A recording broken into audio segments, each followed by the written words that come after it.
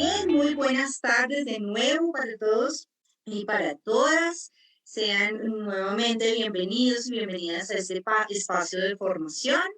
Mi nombre es Juana Catalina Gutiérrez, soy psicóloga y hago parte del comité organizador del noveno foro de guías y uso de TICs en salud mental, el cual se está desarrollando en el marco de este gran tercer Congreso de Psicología Online 2021. Hoy nos encontramos en el quinto día del desarrollo de este Congreso. Aprovechamos para invitarlos a que compartan el video a la mayor cantidad de personas posibles para que todos podamos tener acceso a este valioso conocimiento impartido por grandes profesionales e investigadores. Y gracias por estar con nosotros y los invitamos pues a que interactúen en nuestro chat. Bien, hoy tengo el gusto de presentarles a Freddy Hernán Villalobos Galvis. Doctor Freddy Hernán, bienvenido.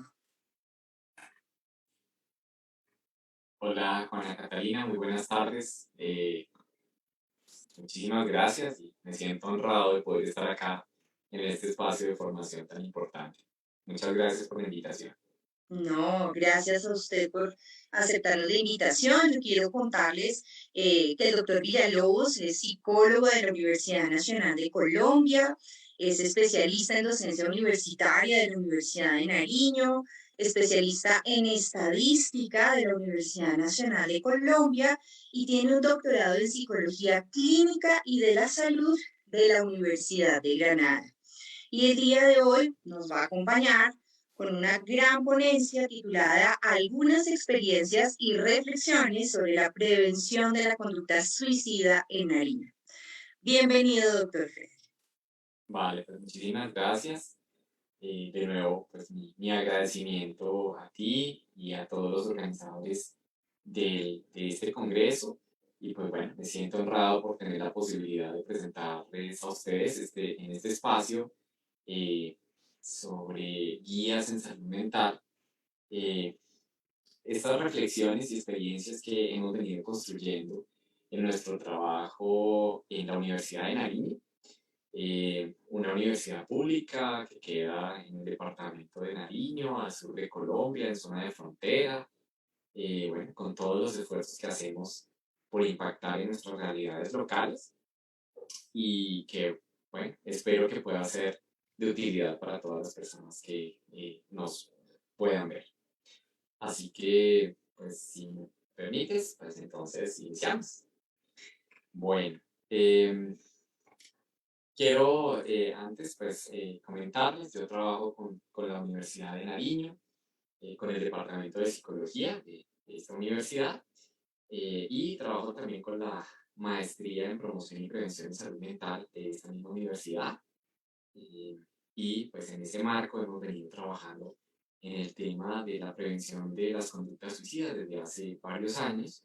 eh, y pues hoy quiero compartir con ustedes algunas ideas que espero puedan serles de utilidad a la hora de comprender y de pensar en la prevención de esta problemática. Quiero empezar esta presentación haciendo tal vez algunas aclaraciones.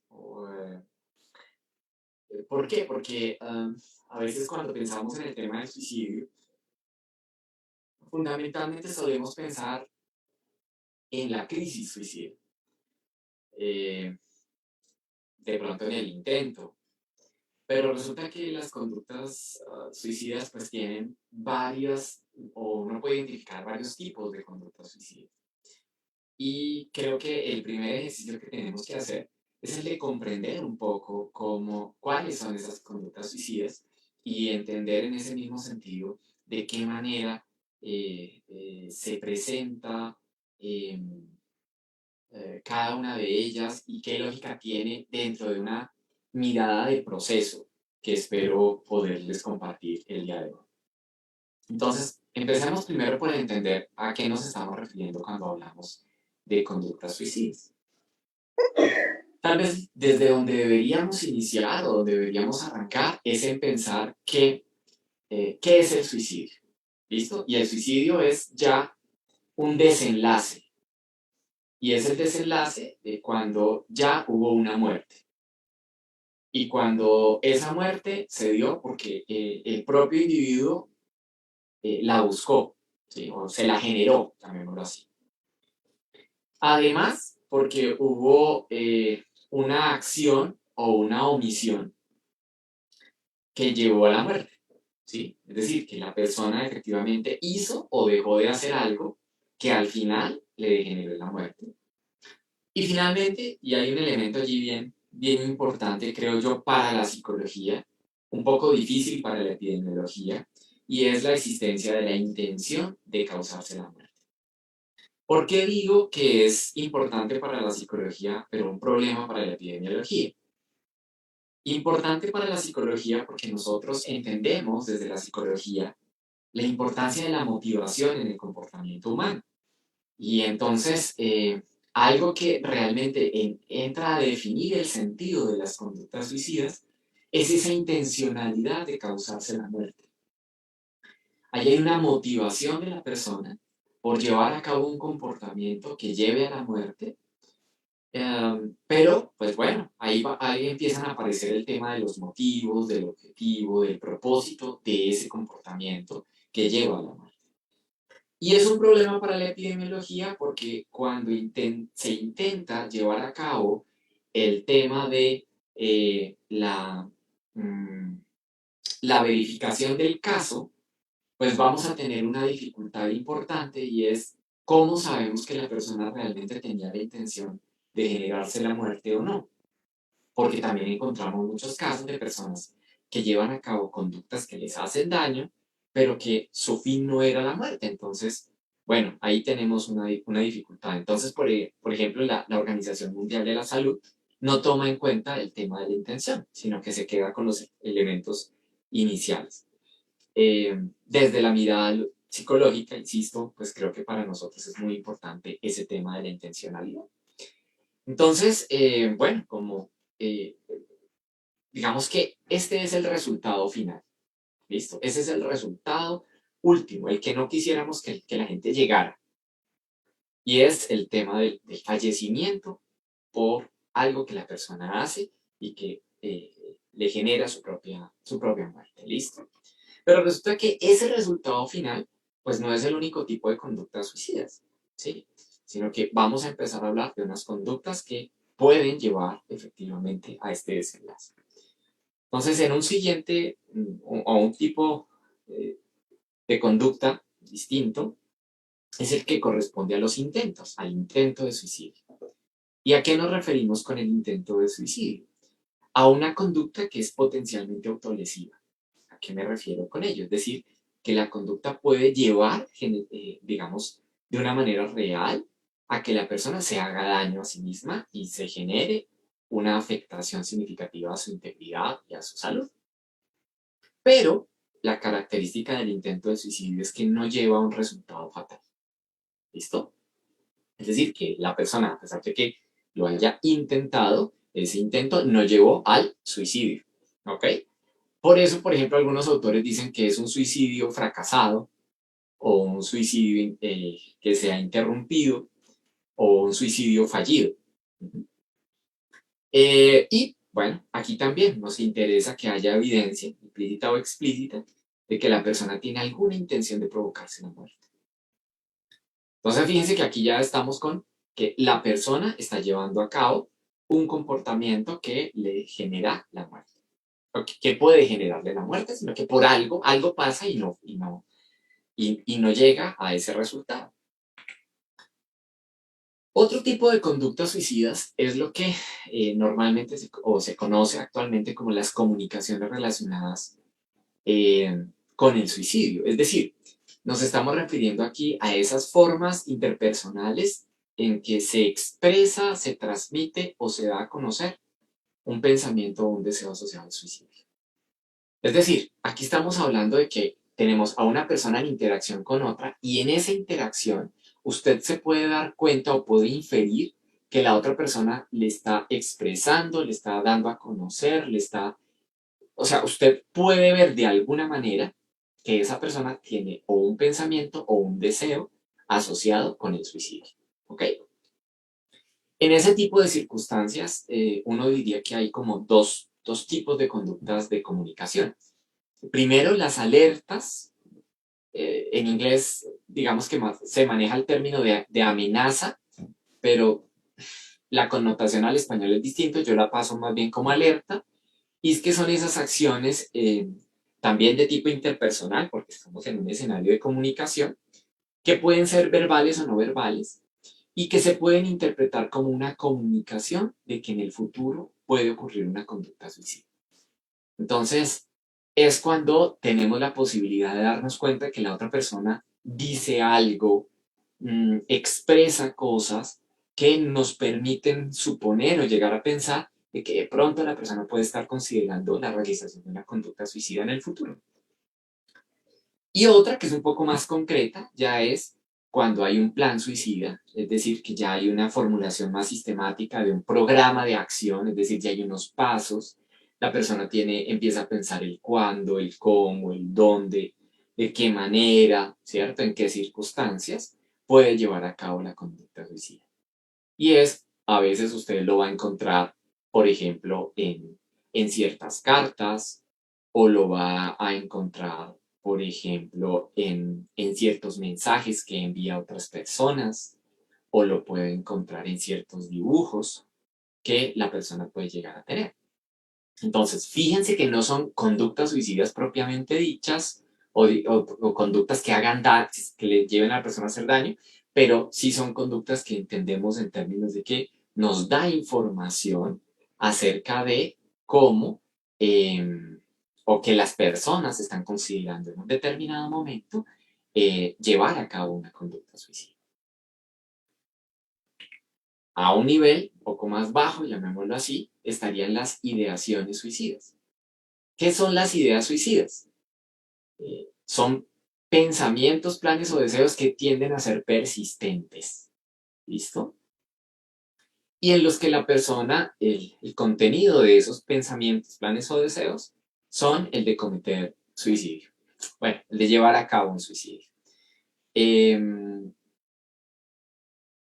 Aquí es importante una cosa, y es que son ideas de suicidio, o sea, de cómo yo me quito la vida. Algunos autores dicen que la idea es que el hecho de que sea persistente da unas ciertas características y entonces algunos plantean que sea de por lo menos 2 semanas y algunos dicen mm, que se lleve a cabo con algún plan o identificando medios, pero fíjense ustedes que eso ya estaría un poco más en la categoría de plan. No obstante, algunos teóricos en el tema nos dicen que también se puede incluir. Y entonces, como ustedes se pueden dar cuenta, he venido hablando, digamos, como que en orden descendente de complejidad de los comportamientos suicidas. Y ese conjunto de comportamientos es lo que se denomina el espectro suicida. Entonces, hablamos del suicidio, de los intentos, de las alertas, de los planes, de las ideas, y no hemos hablado de las ideas de muerte. ¿Y a qué me refiero con ideas de muerte? Todos en algún momento de nuestra vida hemos tenido ideas acerca de morir. Seguramente nos hemos puesto a pensar cuándo vamos a morir, o de qué forma vamos a morir, o qué pasaría si muriéramos, ¿sí? Y ese tipo de ideas son comunes a todo el género humano. Es decir, no debería extrañarnos si en un determinado momento tenemos ese tipo de ideas, ¿verdad? Pero el hecho de tener ideas de cómo vamos a morir o cómo creemos, sí, algo sobre la muerte, no significa que sean ideas de suicidio. Para que pasen a ser ideas de suicidio, tienen que ser elementos en los cuales el contenido es cómo yo me voy a matar, ¿cierto? Cómo me voy a suicidar. Entonces, en ese contenido debe haber la claridad de que la persona se mira a sí misma generándose. ¿Listo? Eh, luego de esas, llamémoslas esas ideas, que la persona empieza a pensar en cómo matarse, ya empieza a ver el proceso de formulación del plan de suicidio. ¿Listo? Y a medida que ese proceso se va consolidando, las expresiones de la persona tienden a ser mucho más coherentes con esa idea y con esa angustia y con ese proceso de decisión que la persona está llevando a cabo. Ya, si el proceso sigue, pasamos al intento de suicidio en donde ya la persona lleva a cabo lo que estaba pensando en el plan. Y finalmente, pasaríamos a lo que sería el suicidio, que sería el resultado, es decir, un intento de suicidio que sí funciona y que por ende llevaría a la muerte por suicidio. Esto es bien importante que nosotros lo reconozcamos, porque es que normalmente solemos hablar del intento de suicidio, pero nosotros tenemos que pensar o intentar identificar etapas previas del proceso. Normalmente el intento no surge de la nada. Normalmente los intentos de suicidio vienen con un proceso previo, ¿sí?, que va complejizándose si las personas no encuentran una forma de resolver sus propias angustias y sus propias, los elementos que le están afectando. Desde la suicidología, lo que se plantea normalmente es que el suicidio es una manera como las personas tienden o encuentran o creen que encuentran una forma de salir de las dificultades que tienen, pero principalmente una forma de escapar de un dolor insufrible, de un dolor que es desesperante, que implica, digamos, que está asociado con el proceso de vida. Entonces, la persona se encuentra en una circunstancia tan estresante, tan inquietante, que la muerte aparece tal vez como la única forma de poder volver a tener paz o de poder quitarse ese dolor de encima o de poder quitarse esas emociones negativas o displacenteras que la persona tiene. Y entonces es un proceso en el que se va de manera gradual, unos más rápido, otros más lento, pero parecería que es el proceso a través del cual la persona va avanzando hasta que ya llega a tomar decisiones mucho más fuertes. Otros estudios nos dicen, por ejemplo, cómo la presencia de ideas suicidas es un predictor de los planes son predictores de los intentos y los intentos son de los principales predictores de un suicidio. Es decir, eh, una persona que ha tenido varios intentos tiene muchísimo más riesgo de suicidio que una persona que no ha tenido ningún intento. Entonces, este elemento gradual es el punto fundamental en el que yo baso los elementos que quiero hoy comentarles. Ahora, en conclusión, tendríamos que decir que entonces existen diferentes tipos de conductas autolesivas que independientemente de su desenlace, ¿cierto? Y que el espectro suicida, pues lo que nos está mostrando es un gradiente de gravedad, ¿cierto? Nos está diciendo de conductas menos graves hasta conductas cada vez más graves que pueden llevar a la afectación de las condiciones de vida y de salud de las personas que las llevan a cabo. Entonces, teniendo claro un poco esa diferencia entre ideas, planes, eh, eh, alarmas, intentos y suicidio, pues veamos ahora un poco cómo se presenta o por qué es que se afirma que el suicidio es un problema de salud pública. Y para ello, pues vamos a hacer uso pues, de algunos datos epidemiológicos que conocemos.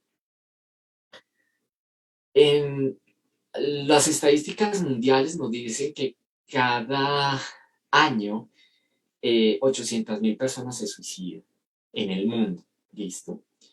De igual manera, nos dicen que por cada suicidio hay muchas más tentativas de suicidio cada año. Hay algunos autores, por ejemplo, que se arriesgan a plantear una propuesta de 1-10-10 o 1-10-100, mejor dicho. Entonces, que por cada suicidio consumado han habido 10 intentos y por esos 10 intentos normalmente han habido 100 ideas de suicidio. Es decir, que ustedes se dan cuenta, es un tema exponencial, ¿listo? Pero eso es un tema exponencial, en esa escalerita es un tema exponencial hacia abajo, es decir, los escalones de abajo son mucho más grandes y a medida que va aumentando, la gravedad, pues tienden a ser menores, pero si usted quiere mirar desde abajo, pues el problema es importante. ¿Listo? Como les decía, pues los intentos de suicidio que son el factor de riesgo que mayor importancia se ha demostrado en estudios epidemiológicos a nivel mundial. La muerte por suicidio es la tercera causa de muerte para jóvenes entre los 15 y los 19 años. Es decir, es la tercera razón o el tercer motivo o tipo de muerte o razón de muerte de este grupo poblacional. ¿Listo? Las cosas que también preocupan es que el 79% de los suicidios se producen en países de ingresos bajos y medianos. Es decir, este es un problema que también está relacionado con condiciones sociales, políticas, económicas, culturales, educativas, etcétera, etcétera, etcétera, que lo influyen. Dentro de los métodos más comunes que se encuentran a nivel mundial está la ingesta de plaguicidas, el ahorcamiento y el uso de armas de fuego, que tienden a ser muchísimo más letales, ¿no? Hay, digamos, como otros métodos que se utilizan, pero que típicamente se asocian más con los intentos. ¿Por qué? Porque el nivel de letalidad no es tan fuerte. Pero estos tres son como aquellos que a nivel mundial más se distinguen. ¿Qué pasa en Colombia? Hay una publicación del Instituto de Medicina Legal y Ciencias Forenses que se llama Forensis y que año a año nos presenta un informe sobre el tema de muerte en el país y pues dentro de ello también nos presenta los datos de el suicidio. Lo que encontramos es que a nivel nacional la tasa de suicidios fue de 5.93, pero que esta tasa ha venido en un aumento progresivo. En comparación con el resto de causas de muerte, de muertes por causa externa, pues representa un 10.4%. Cuando vemos la proporción entre hombres y mujeres, nos damos cuenta de que la proporción tiende a ser de 5-1. Hay otros estudios que hablan de 2-1, 3-1, 5-1, es decir, por cada mujer que se suicidan 5 hombres. En los hombres, los mayores casos de frecuencia de muerte están entre los 20 y los 30 años, mientras que en las mujeres está entre los 15 a 17 y 20 a 24 años. Las mayores tasas ya poblacionales se presentan en los grupos de 18 a 24, o sea, integrándolos, y en el grupo de 75 a 79 años, ¿no? Entonces esto lo lleva a uno a pensar, bueno, ¿qué pasa con el tema en adultos jóvenes y en mayores, ¿no? Esto considerando las tasas por grupos. De igual manera, pues más del 70% de los hombres y mujeres que se suicidaron tenían escolaridades de básica primaria y básica secundaria, que también lo lleva a uno a pensar en la hipótesis de la educación o el tema de la educación. Y finalmente, entre el 50 y el 60% son personas que son solteras, ¿listo? Es decir, personas que no tienen una relación eh, con otra persona. Dentro de los mecanismos que en Colombia más se utilizan, pues principalmente está la asfixia, el uso de armas y la intoxicación por pesticidas. Fíjense que es muy parecido, o son los tres iguales a los que se tiene a nivel mundial. En el caso de las mujeres, fíjense que ya los métodos cambian un poco y es principalmente por asfixia, que puede ser por ahorcamiento o inmersión, por intoxicación, ¿sí? Por mecanismo contundente, que normalmente hace referencia a lanzarse a un carro o lanzarse desde alturas para que la causa de muerte sea por un golpe. En los ejercicios que se hacen de levantamiento de información cuando se hace el análisis de casos de fallecidos en Colombia, pues se intenta encontrar cuál pudo haber sido el detonante. que a veces lo asocian con causa, pero es que uno tendría que reconocer que una causa no siempre es el detonante. Yo puedo estar muy deprimido, pero al final, por ejemplo, el detonante es una discusión que tuve con una persona. Entonces, yo no puedo decir efectivamente que la causa fue la discusión, no, sino que seguramente la causa fue o está relacionada con mi cuadro depresivo y que pues frente a la crisis de ese evento estresante pues se dispara. El otro detonante, conflicto de pareja o con el pareja o expareja. Y en el caso de los hombres, causas económicas, mientras que en el caso de mujeres, medicina legal lo reconoce como desamor. Sinceramente no sé cómo es la definición operacional del tema como para tener una mayor claridad. Si ya lo vemos en Nariño, eh, la tasa departamental en el último año fue de 6, estuvo alrededor de 6 por 100.000 habitantes, mientras que la tasa nacional estaba alrededor de 4 por 100.000 habitantes. Las tasas tienden a presentar una tendencia, perdón la redundancia, ascendente. Específicamente en el caso de Pasto, nosotros encontramos tasas en los últimos años que han oscilado entre los 7 y 14 por cada 100.000 habitantes. Esto es un dato preocupante porque si ustedes revisan que las tasas nacionales pueden estar entre 4 y 6, siempre hemos estado por encima de esas tasas nacionales y en algunos casos hasta las hemos duplicado, cosa que pues hace que este problema sea realmente relevante para nuestra región. La proporción de casos entre hombre y mujer ha estado entre 3:1 hasta 5:1, variando a lo largo de los años. Si ya lo vemos en términos de intentos de suicidio, casi la mitad de los municipios tienen tasas de intentos superiores a 300. Acuérdense que yo les daba la proporción de 1 a 10. Fíjense que aquí casi que sería de 1 a 50, es decir, por cada suicidio hay 50 intentos, es decir, hay una mayor presencia de intentos. Y en el departamento de Nariño, el 25% de los municipios presentaron al menos un suicidio. Es decir, la cuarta parte de los municipios de Nariño han presentado o han tenido casos de muertes por suicidio. Entonces, como ustedes se pueden dar cuenta, pues esta es una problemática relevante, es una problemática que aparece en el contexto mundial, nacional, regional, local, y que pues se consolida como en un aspecto que necesita de mayores abordajes y de mejores comprensiones para su intervención. Entonces, pues bueno, el suicidio se presenta en ciertos grupos poblacionales y esto también nos tiene que llevar a miradas diferenciales y miradas pertinentes a las características y condiciones del contexto. ¿A qué me refiero con esto?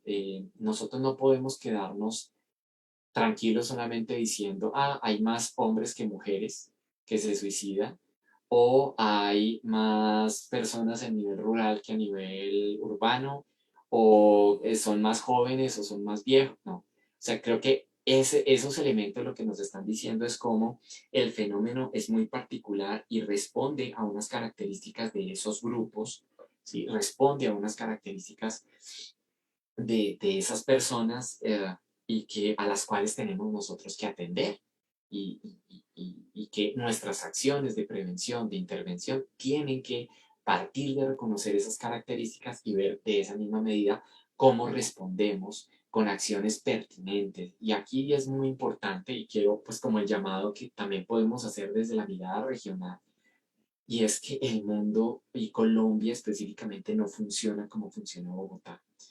Yo soy cundinamarqués de nacimiento, pero ya llevo acá viviendo más de 20 años en Nariño. Y algo que me he dado cuenta es que muchas de las políticas que a nivel nacional se formulan desde un escritorio en Bogotá, con un desconocimiento absoluto de unas realidades específicas que se dan en las regiones.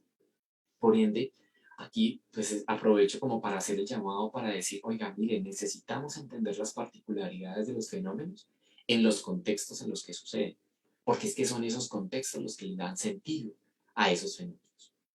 Así que, pues bueno, aquí hay como la importancia de trabajar. Entonces, bueno, ¿cómo pensar entonces la prevención del suicidio, dado que es un problema tal, cómo podemos entender esa prevención? Entonces, yo creo que es importante poder partir del hecho de que, de una premisa, ¿no? O y la premisa es que el suicidio es prevenible. Eh, a eso no la si no fuera prevenible, pues no estaríamos trabajando en este tema. Entonces no la jugamos con pensar que el suicidio es prevenible. Y pensamos entonces que es prevenible en la medida en que nosotros podemos detectar de manera temprana esa escalerita que les mostré. Entonces, ¿cómo de manera temprana podemos identificar conductas previas? Y con esas conductas previas podemos ir pensando en lo que viene en las siguientes etapas.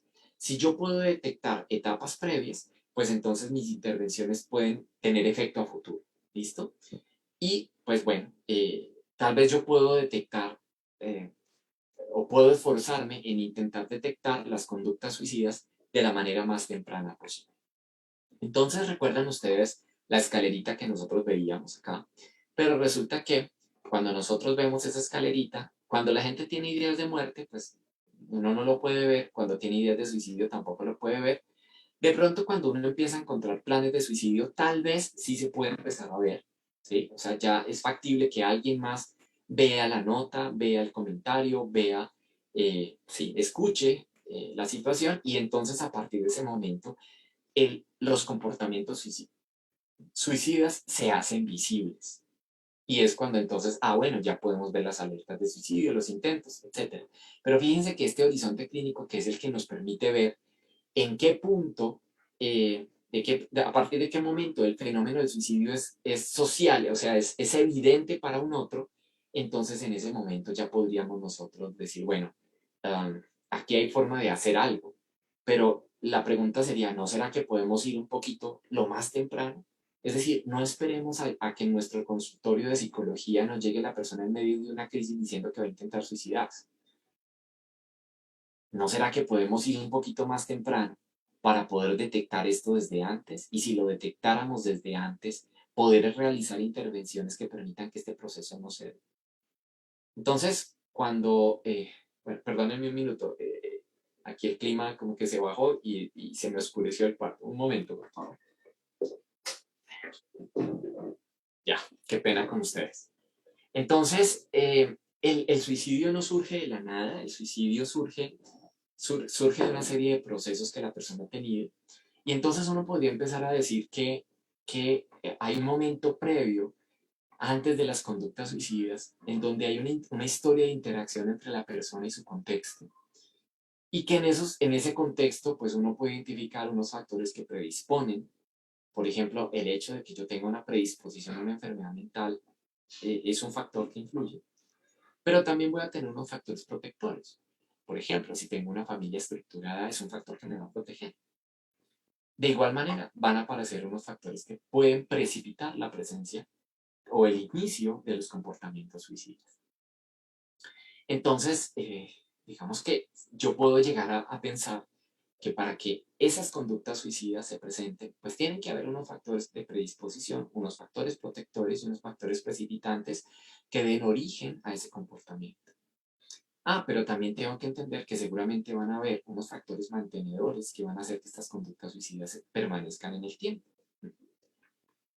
Si yo entiendo ese proceso, entonces mis intervenciones pueden ser más pertinentes porque yo voy a intentar, ok, ¿cómo puedo trabajar con factores predisponentes o cómo puedo incrementar factores protectores o cómo puedo desarrollar estrategias para que la persona maneje los factores precipitantes o cómo intervenimos los factores mantenedores?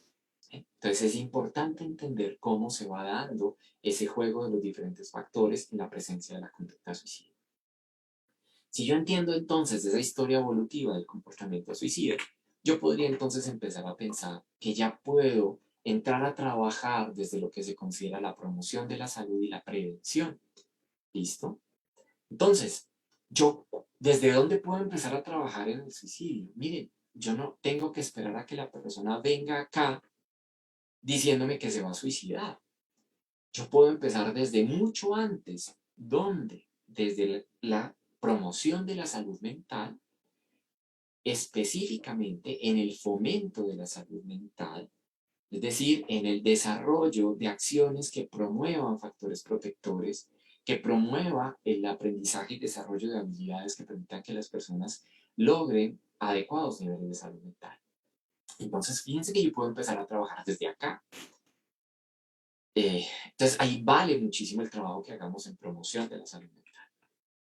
Pero si lo quisiéramos a otro nivel, digamos que, bueno, queremos también trabajar prevención primaria, es decir, cuando empezamos a identificar de pronto algunos grupos de riesgo, entonces allí podemos entrar a trabajar un poco más en lo que es la protección específica, es decir, cómo generamos ciertos factores protectores que permitan que estas personas no tengan el riesgo de empezar a presentar conductas suicidas.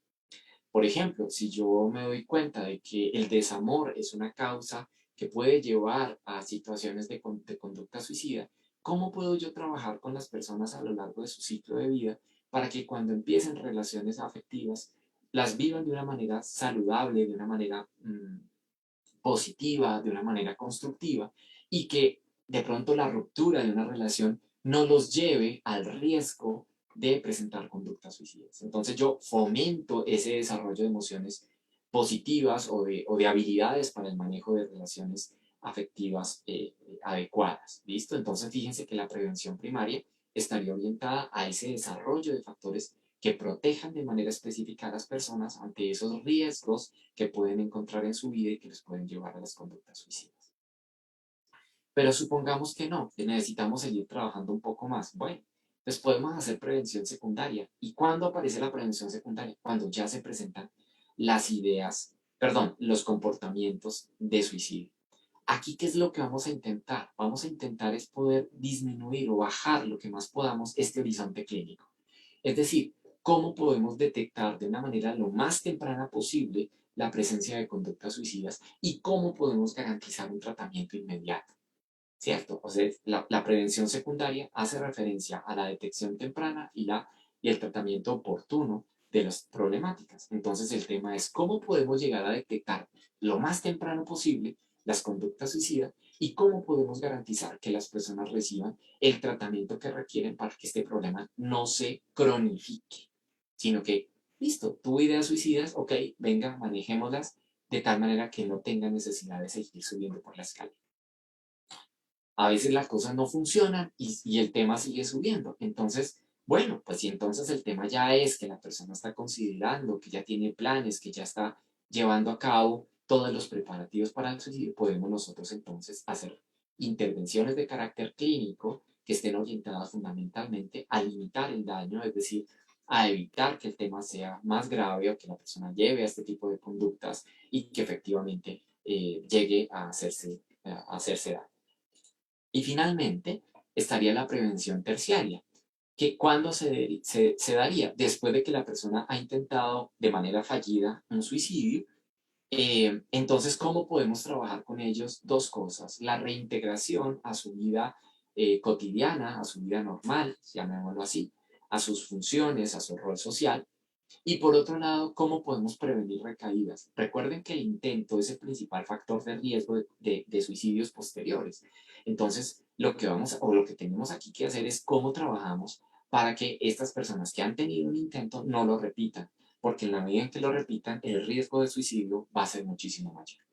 Entonces, si ustedes se dan cuenta, la posibilidad de trabajar en el tema de la prevención del suicidio tiene muchos frentes de trabajo y que desde esta comprensión yo puedo empezar a saber en qué punto me estoy ubicando, con qué personas, qué factores de riesgo, qué factores de protección debo abordar y qué propósito debe tener mi accionar, ¿no? Hacia dónde debo ir en lo que quiero llegar a hacer. Por ende, pues como ustedes se dan cuenta, la comprensión psicológica de las conductas suicidas nos va a permitir identificar el tipo de intervenciones que resulten pertinentes. Yo siempre trabajo desde la lógica de que primero uno tiene que entender el fenómeno que está abordando antes de llegar a pensar en su intervención. Bueno, en el trabajo que hemos venido haciendo y más específicamente en los últimos años, que ya como que desarrollamos una experiencia previa en investigación en modelos, en estudios descriptivos, luego hicimos estudios correlacionales, luego trabajamos ya con un poquito de modelos causales. Entonces ya tenemos una comprensión un poco mayor del fenómeno y empezamos a trabajar, a explorar la posibilidad de tener acciones de prevención de conductas suicidas. Quiero entonces comentarles este programa, el programa Abriendo Puertas para la Vida, que es un programa que hemos venido construyendo desde hace 3 años más o menos para la prevención del suicidio. Este programa se lleva a cabo en escenarios escolares. Eh, Tiende a la formación de gatekeepers. No hay una traducción adecuada, correcta de gatekeeper al español. Nosotros lo llamamos agentes comunitarios en salud mental porque lo que pensamos es que son personas de la misma institución educativa que pueden fundamentalmente ayudarnos o ser unos agentes que nos ayuden a unos procesos de detección y de canalización de los casos. Es una estrategia de prevención secundaria porque está orientada a que estas personas que están dentro de la comunidad nos ayuden, como les decía, a identificar de manera temprana los casos para poder luego activar rutas que permitan la atención oportuna. Por ende, lo que vamos a buscar con estas personas es que tengan competencias para identificar señales de riesgo, para dar primeros auxilios psicológicos en un determinado momento, para que generen demanda inducida, es decir, para que ellos motiven a las personas, digamos, al potencial suicida, a que vaya y busque ayuda, y finalmente para que activen la ruta de atención institucional municipal. Entonces, lo que vamos a tener acá son personas de la comunidad educativa, docentes y estudiantes que reconocen cuando un estudiante puede llegar a tener conductas de riesgo, conductas suicidas, y lo que vamos a hacer es detectarlos y activar una ruta institucional para que reciban la atención. Nosotros hemos desarrollado 2 programas, uno con docentes y otro con estudiantes. El que desarrollamos con docentes es presencial, justo nos agarró el inicio de la pandemia, no pudimos llevar a cabo el trabajo con estudiantes. Entonces, con docentes lo hicimos de manera presencial y fundamentalmente con ellos trabajamos estas temáticas, estadísticas del comportamiento suicida, los mitos y las características de ese comportamiento, modelos de afrontamiento, estrés, intervención en crisis y búsqueda de ayuda y finalmente estrategias comunitarias de promoción de la salud mental.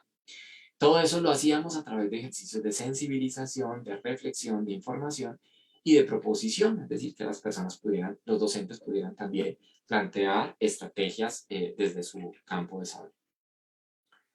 De este, pues ya tenemos resultados, los vamos a presentar, estamos pues en este momento en el proceso de publicación del artículo, y lo que vimos es que efectivamente había un cambio y que los docentes habían mejorado sus niveles de conocimientos, de actitudes y prácticas con respecto al tema de prevención de las conductas suicidas en sus estudiantes.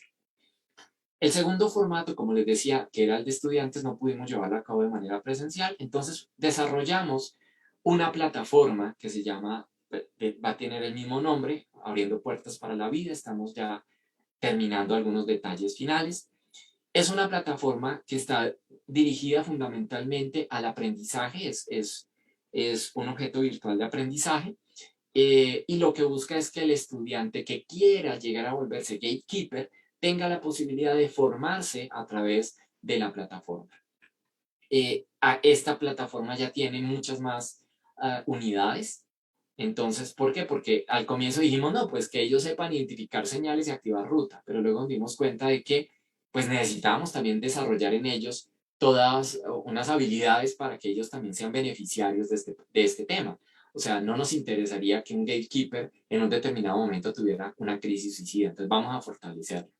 Y entonces desarrollamos estas unidades. Entonces ellos saben sobre estresores, sobre emociones, afrontamiento, el modelo de estrés-afrontamiento, modelo de solución de problemas, de habilidades sociales. Entonces todos estos elementos fueron como para fortalecerlos. Y ahora sí, cuando ellos entienden esto y lo han vivido de manera personal, entonces ahora sí empezamos a decir, bueno, ¿qué es una crisis?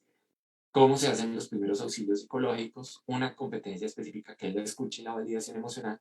Y finalmente, las señales de riesgo de suicidio y las rutas de canalización. Esta propuesta está orientada a chicos de grados 7º a 10º de una institución educativa. Bueno, vamos a evaluar, voy a avanzar un poquito más, y cada unidad de esas 10 que les mostré tiene o se desarrolla a través de una presentación, de una sensibilización, que es como prepararlos, como ambientar el tema, una contextualización, que es presentarles una situación de la vida cotidiana, un contenido, que ya es el tema específico, una práctica, que es aplicar algo de lo que ya se tiene, la evaluación del proceso, de qué tan bien le fue, digamos, en ese proceso de aprendizaje, y finalmente una conclusión que termina siendo una motivación para que vaya y tome la siguiente unidad.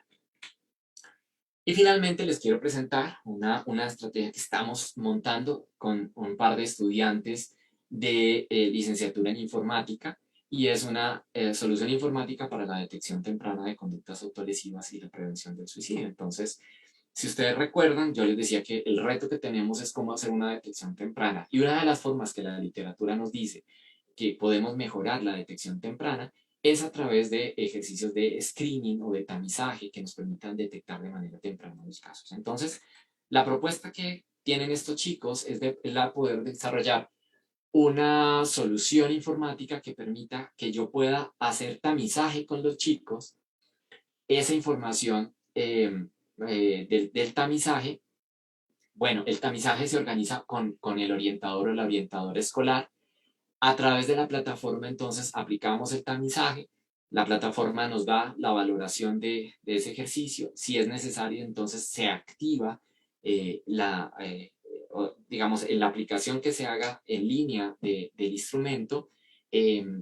eh, el orientador reconoce los casos de posible riesgo e inicia las intervenciones que sean necesarias. Si en un determinado momento se requiere, que seguramente sí, pues entonces este mismo sistema nos va a permitir saber cómo articulamos con padres de familia, con la institución educativa, que también necesitamos que esté en línea y alineada con lo que podemos hacer para la prevención de la conducta suicida, y si en un determinado momento se requiere, con instituciones del sector salud y del sector justicia, porque recordemos que estamos también hablando de chicos menores de edad, que nos obliga a esto a proteger sus derechos, y en algunos casos nos toca ya tomar medidas de tipo policial o de tipo de comisaría de familia para poder proteger los derechos de estos chicos. Bueno, esta está en construcción, estamos ahí pensándola, hay muchas cosas que no son tan fáciles, pero bueno, estamos como en esa pretensión.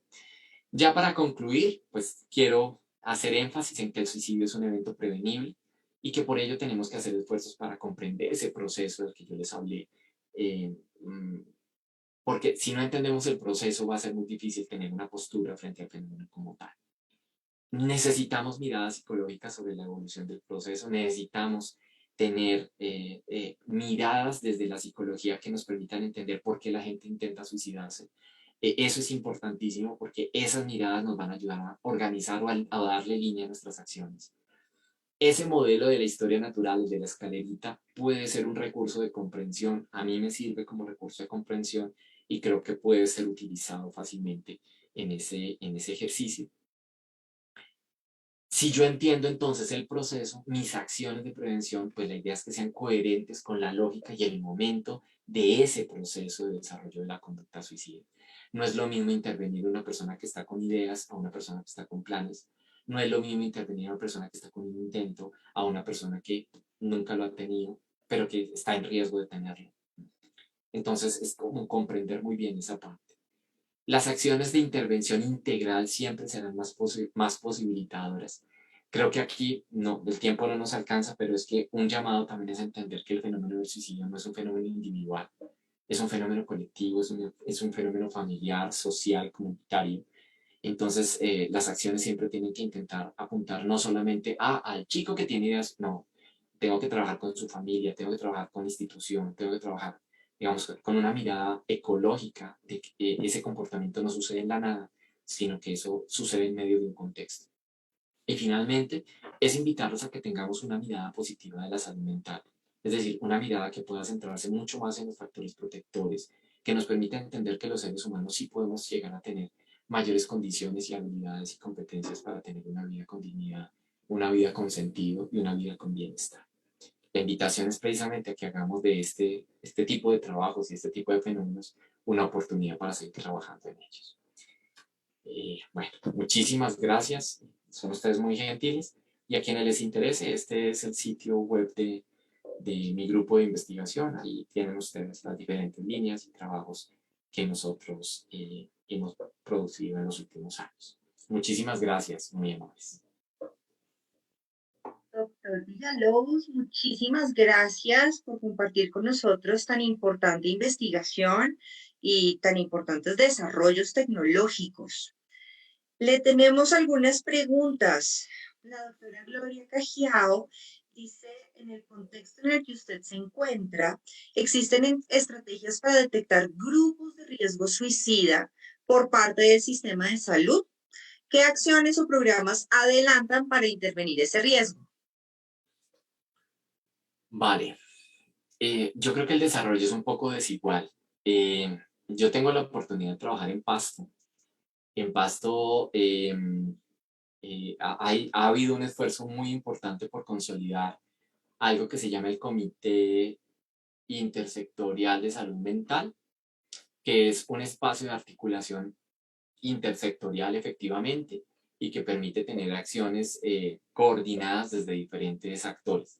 Yo trabajo desde la academia, pero hay actores que trabajan desde el sector salud, sector justicia, sector protección, y eso ha permitido ir cada vez más identificando este tipo de acciones conjuntas.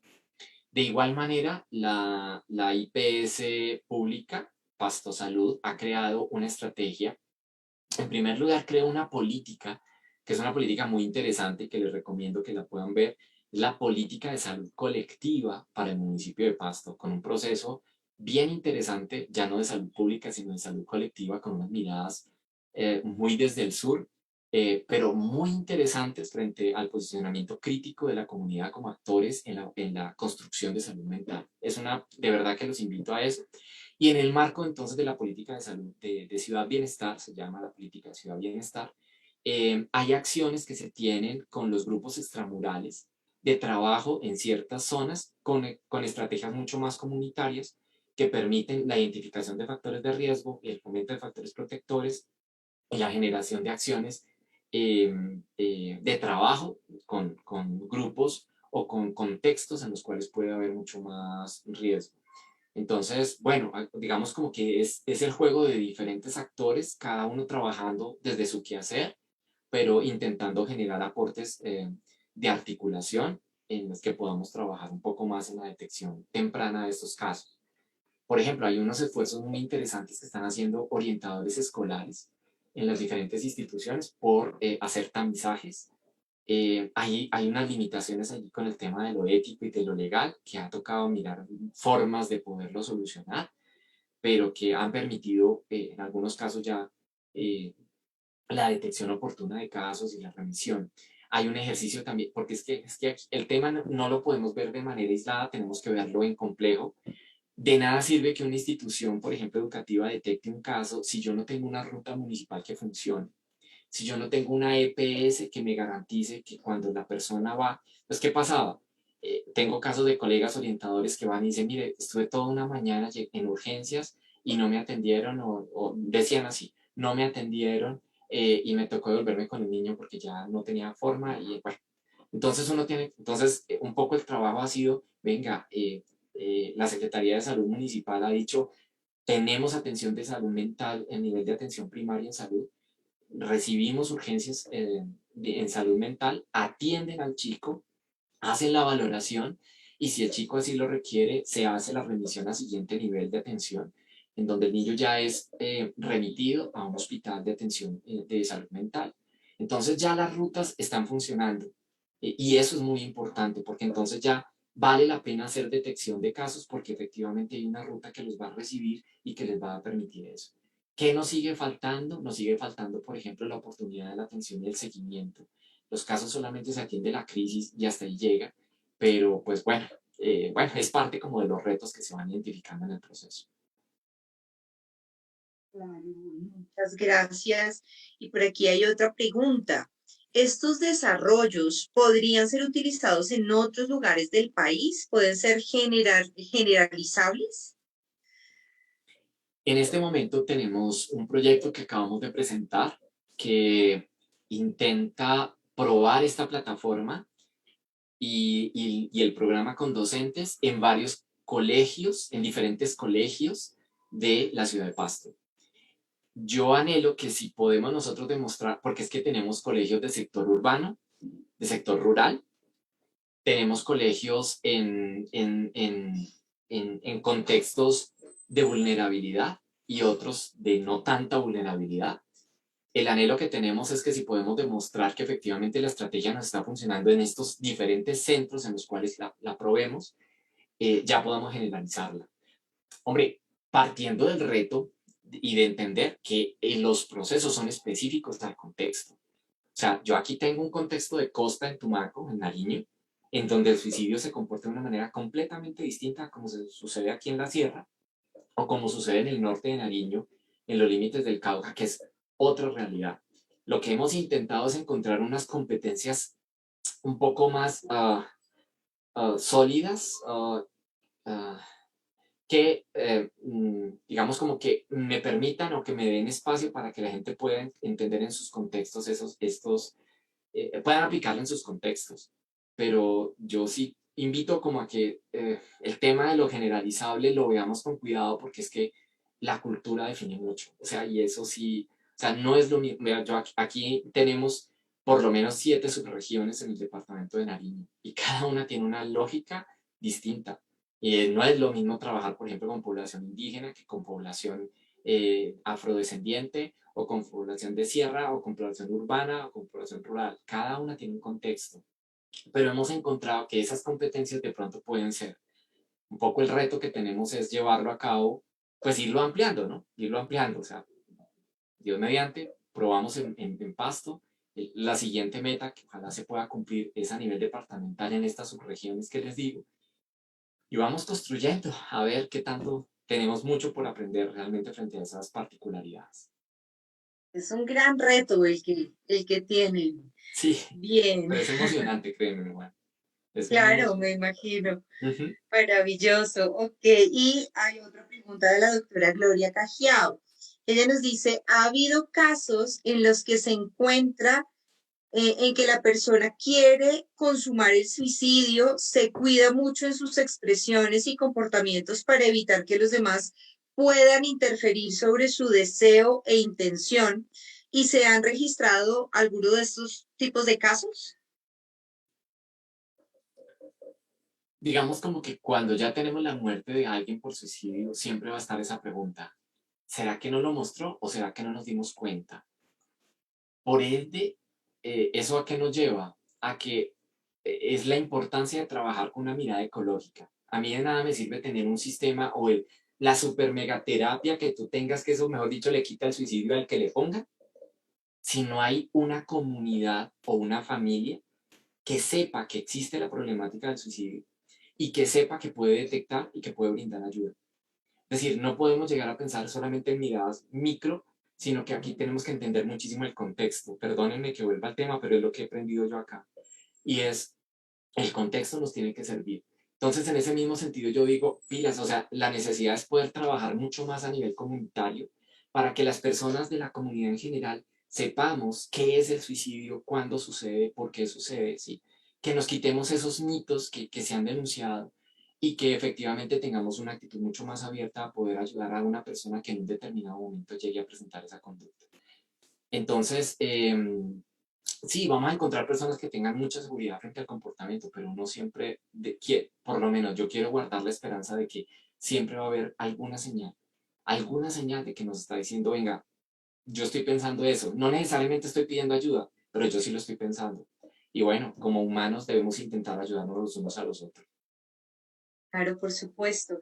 Y una pregunta que me surge es, ¿han pensado de pronto incluir en el estudio desde la niñez, desde, no sé, 8 o 9 años tal vez? Eh, Nos da un poquito de susto. Nos da un poquito de susto porque, bueno, es que el tema, ¿cómo? O sea, nosotros seleccionamos a los gatekeepers siendo los chicos que sus compañeros los escogen por ser los más confiables, los más cercanos emocionalmente. Entonces no es una estrategia generalizada, sino que escogemos a los chicos, mejor dicho, los chicos nos ayudan a escoger quiénes serán sus gatekeepers. Eso ya implica unas ciertas competencias. Y lo que vemos es que el punto crítico está más o menos desde el sexto grado en adelante. Entonces, por eso queremos nosotros empezar por allí, eh, para la detección de conductas suicidas. Creo que con el renglón de primaria, o sea, de chicos de menor edad, tal vez habría que trabajar mucho más en factores protectores. Yo soy un convencido de que trabajar en factores protectores nos va a ayudar. Entonces, trabajar con ellos en preparación para por ejemplo, para los retos que implica el paso al bachillerato, en lo académico, pero también en lo social, en lo emocional, en lo fisiológico, en lo biológico, en fin, en lo familiar. Creo que eso va a ser un gran factor de protección, porque es que miren que las ideas empiezan a aparecer más o menos fuerte en el sexto grado. Los intentos, los planes más o menos en séptimo, octavo, y los intentos normalmente en noveno, décimo. Ya en varios estudios lo hemos demostrado. Entonces el asunto es, bueno, ahorita necesitamos trabajar esto, pero si podemos trabajar con los chicos de primaria en el desarrollo de competencias de solución de problemas, de manejo emocional, de expresión de emociones, de búsqueda de ayuda, pues podemos ir allanando el camino para que estos chicos cuando se enfrenten a la crisis de la pubertad, al cambio de las condiciones educativas, pues no tengan que sufrir tanto y tengan mayores recursos para manejar esos estresores que sabemos que son normales, pero que pues necesitamos dotarlos a ellos de recursos para que los puedan manejar. Claro, claro, muy valiosa esa información. Doctor Villalobos, muchísimas gracias. Ha sido absolutamente enriquecedor escucharlo en la tarde de Muchas hoy. gracias. Queremos pues nuevamente agradecer su participación en este tercer Congreso de Psicología Online y bueno, esperamos poderlo tener nuevamente en una próxima oportunidad. Muchísimas gracias, el gusto y el placer fue mío. Me siento honrado por estar en este espacio, los felicito y pues bueno, que todo siga saliendo muy bien y que sigamos en ese esfuerzo de democratizar el conocimiento porque creo que eso nos ayuda muchísimo como regiones mucho más. Gracias. Perfecto, ok, muy bien, muchas gracias. Nos vemos de nuevo en la siguiente conferencia a las 5 de la tarde.